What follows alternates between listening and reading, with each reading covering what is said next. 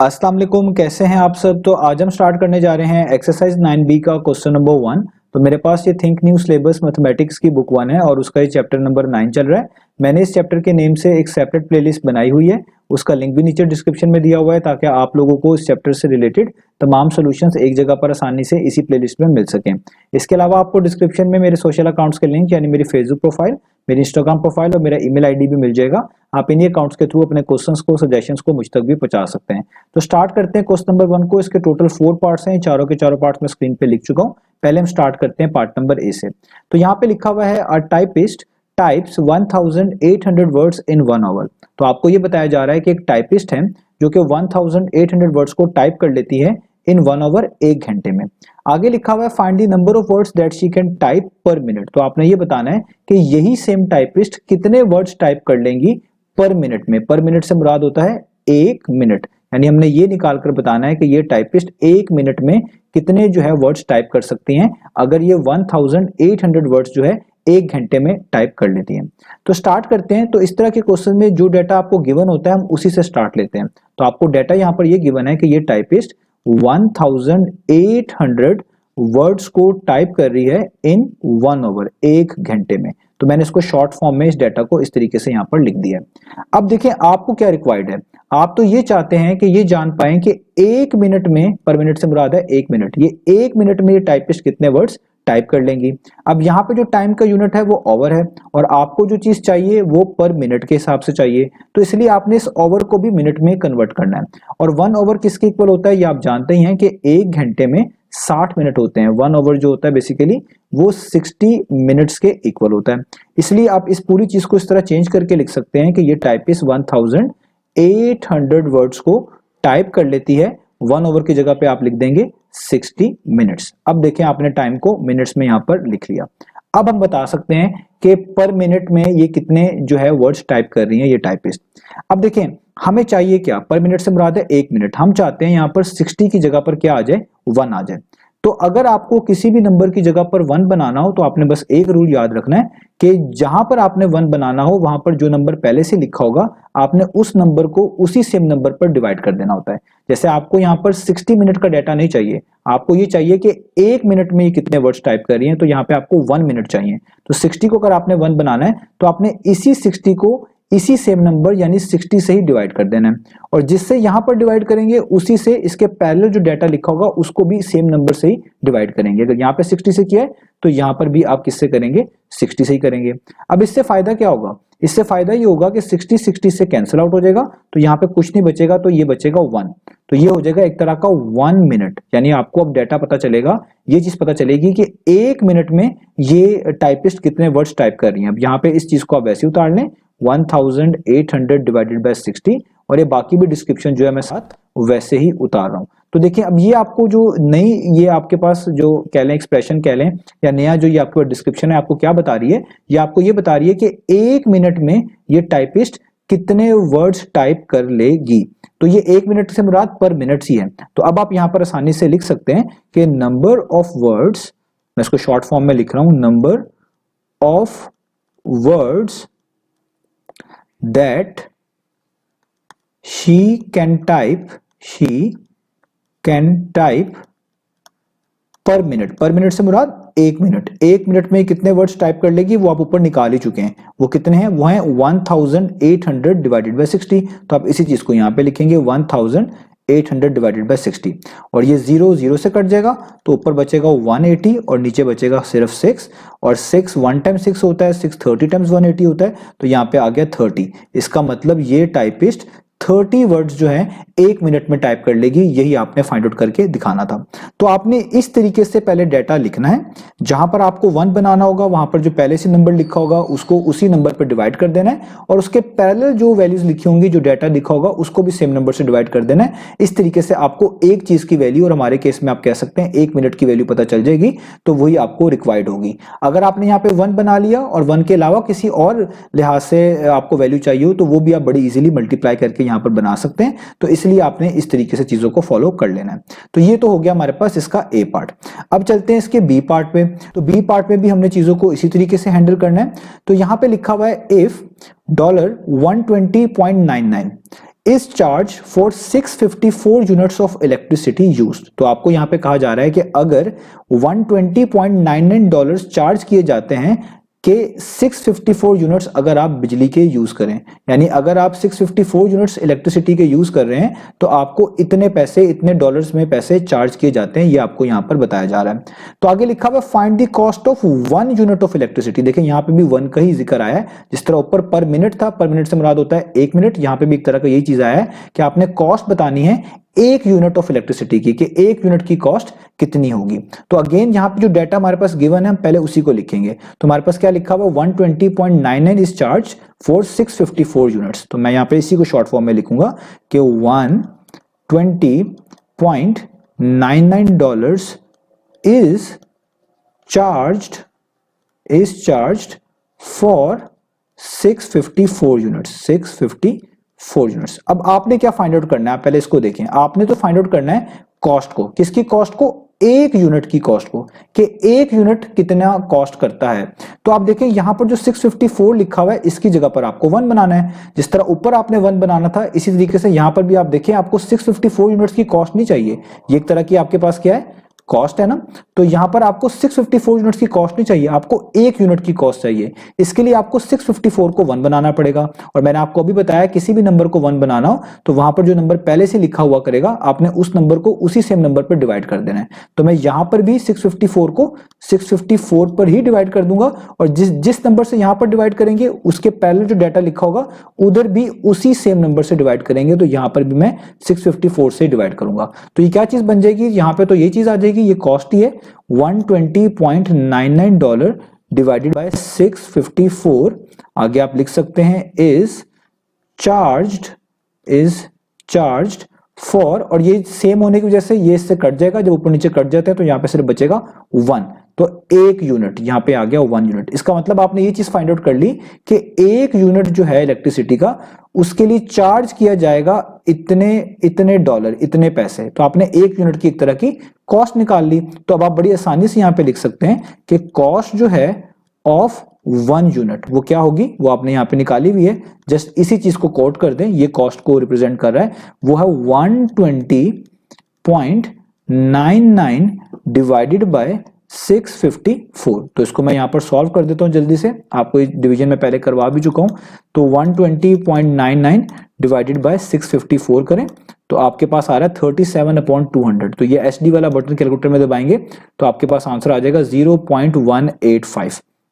तो आप यहां पे लिख देंगे कि ये आपके पास आ गया डॉलर्स में 0.185। तो 1 यूनिट की कॉस्ट बनती है 0.185 डॉलर्स। तो ये हमने यहां पर फाइंड आउट करनी थी। तो अब मैं आपको इसके आंसर के हवाले से भी एक चीज ऐड करता जाऊं कि इस न्यू एडिशन के बुक के पीछे जो आंसर लिखा हुआ है वो करेक्ट नहीं है।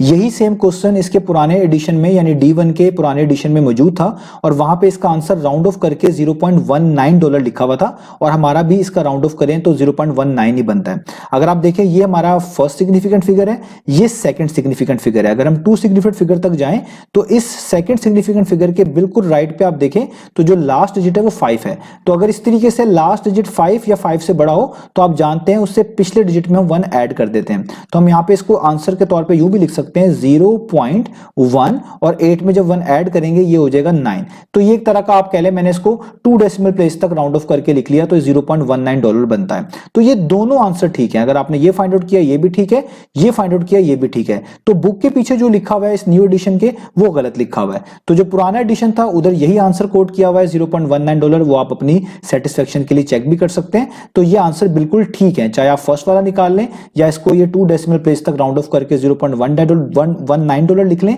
ये दोनों आंसर बिल्कुल ठीक है। तो उम्मीद है आपको ये बी पार्ट क्लियर हो गया होगा और इसके आंसर के हवाले से कंफ्यूजन भी क्लियर हो गई होगी। अब चलते हैं इसके नेक्स्ट पार्ट की तरफ। अब हम चलते हैं इसके सी पार्ट की तरफ। तो देखिए यहां पे हमारे पास ये इसका सी पार्ट है। इसकी स्टेटमेंट को अब हम रीड करते हैं। तो इसकी स्टेटमेंट में लिखा हुआ है a man pays a total of $4,800 for flat rental in 3 months। तो एक पर्सन है जिन्होंने टोटल $4,800 आप कह लें रेंट के तौर पे अपने फ्लैट के पे किए हैं 3 months, 3 महीनों में 3 महीनों में एक पर्सन ने फ्लैट के रेंट के तौर पे इतनी अमाउंट जो है डॉलर्स में पे की है। वो कह रहे हैं find his monthly rental rate. तो वो आपसे कह रहे हैं कि बताएं मंथली रेंटल रेट कितना होगा। मंथली से मुराद है एक महीना, यहाँ पे मंथली से मुराद क्या है, एक महीने का रेंट कितना बनता है इस पर्सन के फ्लैट का, अगर इस पर्सन ने $4,800 रेंट में पे किए हैं 3 महीनों में। 3 महीनों का रेंट इतना है, आपसे पूछा जा रहा है monthly rental rate. Monthly rental से मुराद एक महीने का रेंट कितना बनता है। तो पिछले क्वेश्चंस की तरह भी इसको भी यहां पर हम करेंगे, पहले डाटा लिख लेंगे। तो हम यहाँ पे डाटा लिखेंगे कि आपके पास है $4,800, तो यहाँ पे हम लिखूंगा $4,800 इतनी अमाउंट है, ठीक है, किसके लिए, फॉर फ्लैट रेंटल।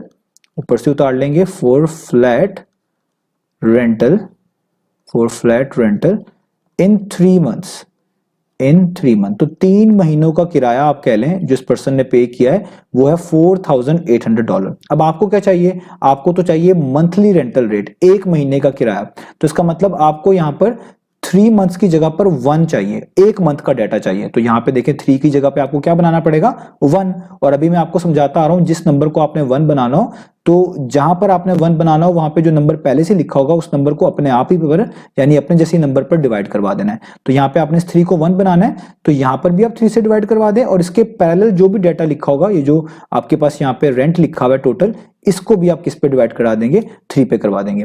इससे फायदा क्या होगा, ये चीज तो आप अभी वैसे उतार लें, 4,800 डिवाइडेड बाय 3, ये तो टोटल रेंटल आ जाएगा किसका, फॉर फ्लैट का, यानी ये फ्लैट का आपके पास रेंटल आ जाएगा। और यहाँ पे क्या होगा, 3 से कट जाएगा तो सिर्फ 1 बचेगा, तो इसका मतलब इन 1 मंथ।